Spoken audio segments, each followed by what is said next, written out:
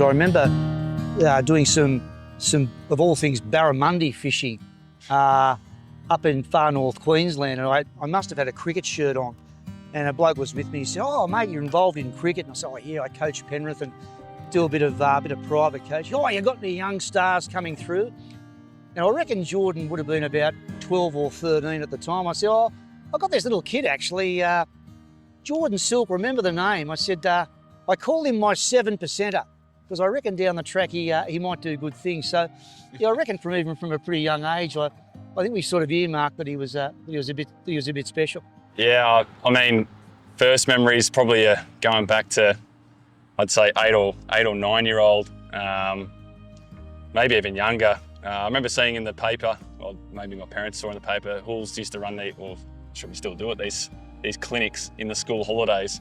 And I remember going along to one of those. I think it might have been out at Duke's Oval or would have been at Howell Oval, Penrith, and attending one of those in one of the summer school holidays, and falling in love with the game. And we obviously made a good connection and wanted to sort of see where I could go with cricket. And Hulls was doing his own private coaching at the time and still is. So Hulls only lives down the road as well, a few doors down. And so I think every Friday we'd sort of come down here and from about 8 or 9 years old and just be drilling for 25-30 minute sessions. And it's probably where my first love of the game really came in, was definitely his school holiday clinics, and then that sort of progressed into one-to-one coaching and really developing, I guess, a strategy to batting and whatnot. So a lot of the foundations to my game now were sort of built in these nets, which is really cool to be back here.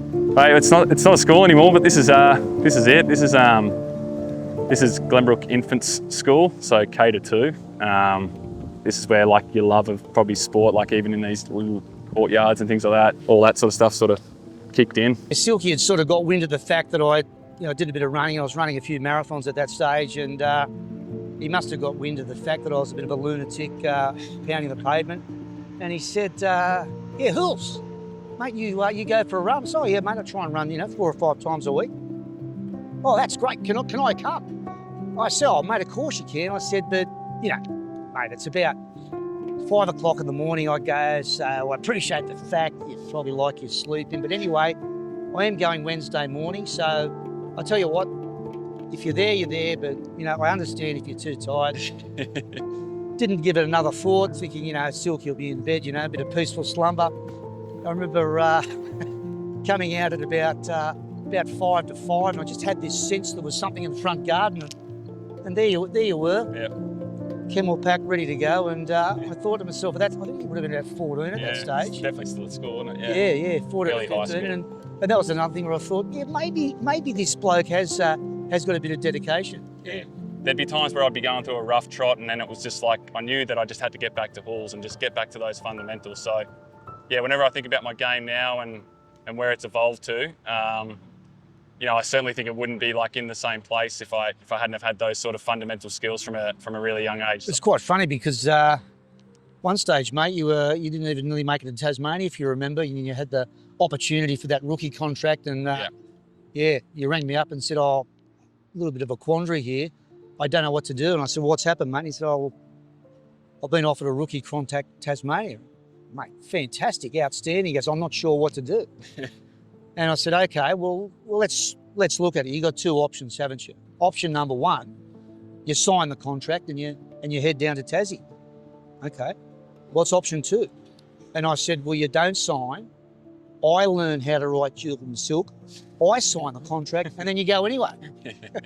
Again, 12 or 13 years ago, it's been one hell of a ride, mate, isn't it? No, it's been great. Yeah, loved every bit of it. It was just like whenever I would come back and hit with it, it was comfortable. It was just like I needed that, and it was like like we speak about my shadow batting, but I just wanted to have that half an hour with him of just almost gave me, as I got older, reassurance that my game was in good order and I was ready to go out and perform, whether it was in 5th grade or 1st grade. I was ready to go out there and be as best prepared as possible. I call it like sort of top-up batting day before a game. There's still things that I like to tick off that that I probably would have been doing with Hulls back in the day. Things like, I remember I went through a period not long ago where I was back on the ankle weights. I remember you had me batting in ankle weights just to feel like I had heavy legs, and speed ladders and stuff just for footwork v spin. So there there's been periods in my professional career where I've brought those components back in and used that for training. So yeah, it's a really nice memory to have. You got 2.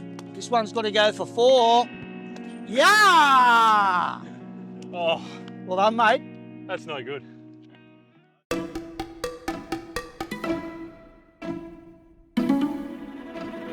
How are you, buddy? Hello.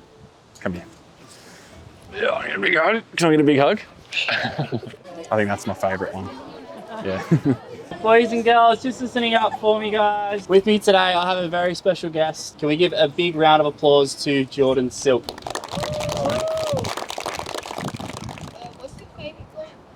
Oh, it has to be the SCG. Even though I play it at Hobart now and get to play a lot of my cricket at Belrive Oval, it would still be the SCG because that was the boyhood dream to play on that ground, and it's got one of the more stunning looking members pavilions in the country. So it's an absolute picture, and when it's full, it's honestly the best place to play. So Thanks, Sebastian. This one off. Lovely. I'm going to show everyone the shirt, and everyone going to give a big round of applause. There it is. We're going to play a game. There we go. Yeah. That's my first wicket ever here. Hit that one. Good shot. Nice fielding. That's great fielding. New batter, please. New batter. Have you gone yet? No. You can have a go. All right, ready? Right arm or left arm? Left. Left arm around. I just think surrounding yourself, like you've obviously got your family and your parents that will obviously support you in everything you do, but just surrounding yourself with even more people is so crucial, because there might just be little glimpses that you get from certain individuals. Yeah, the more things that I guess can get thrown at you and different ideas, and people that really back you and trust that what you're doing is good. And I just think that's as a young player, surrounding yourself with people that will support you in through the good stuff and all through the not so good stuff. The better off you'll be. So I've been very lucky with the people that I've been surrounded with from a very young age. One thing that does come to mind about those coaching clinics, you were playing with the Sixers, and from memory, you scored 60 odd. It might have even been against the Thunder, and you were going to come along and do the presentation the next day. And I'd sort of gone to bed, big early start the next morning, and checked the scores, and Silky's made 60.